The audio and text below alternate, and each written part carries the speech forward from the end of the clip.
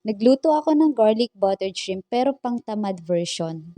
Hi mga ka-low carb! For today's video, share ko sa inyo yung ginawa kong garlic buttered shrimp na pang-tamad edition. Dahil tinatamad kasi talaga akong magluto for today. Tinunaw ko lang muna yung unsalted butter na ginamit ko dito. Then ito yung shrimp natin, hindi na masyadong fresh. Nakailang labas na kasi ako nito sa freezer, kaya naman ganyan na yung naging itsura niya. Tinanggal ko na yung ulo, shell, tsaka dinivein ko na din para mas mabilis ko siyang makain. Kagabi ko pa yan nalinisan at kagabi ko dapat siya lulutuin. Kaya lang anong oras na nakauwi sa husband, so hindi na ako nagluto. Lalagay ko na tong shrimp dahil nga pang tamad version to, ihahalo ko na din yung mga seasonings na gagamitin ko. Gagamit ako dito ng white pepper dahil naubusan na ako ng black pepper. First time ko lang din gumamit ng puting paminta. Hindi ko na sinukat yung mga nilagay kong seasonings dito, tansya-tansya lang. Garlic buttered shrimp nga yung ginawa ko dito at dahil nga pang tamad version to, gagamit ako dito ng fried garlic. Tinatamad kasi ako maghiwa. Dinamihan ko na lang yung paglagay ko ng fried garlic. Next is yung asin. Ang gamit ko dito, ang asin is iodized rock salt. Mag-a-add din ako dito ng Spanish paprika, pandagdag kulay sa ating garlic buttered shrimp. Then, i-mix lang natin para mag-combine lahat ng mga seasonings na nilagay natin. 5 minutes lang natin to lulutuin. At dahil nga 5 minutes lang natin siya lulutuin,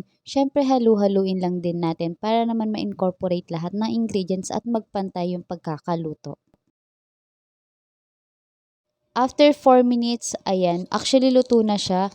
Pero gusto ko kasi ng spicy, kaya mag-add ako dito ng chili flakes. Magdadagdag pa ako dito ng dried parsley, pandagdag arte. Joke lang po. Siyempre, pandagdag lasa na din. Simmer lang natin or pakuluan lang ng 30 seconds. Ayan, luto na ang ating garlic buttered shrimp na tamad edition.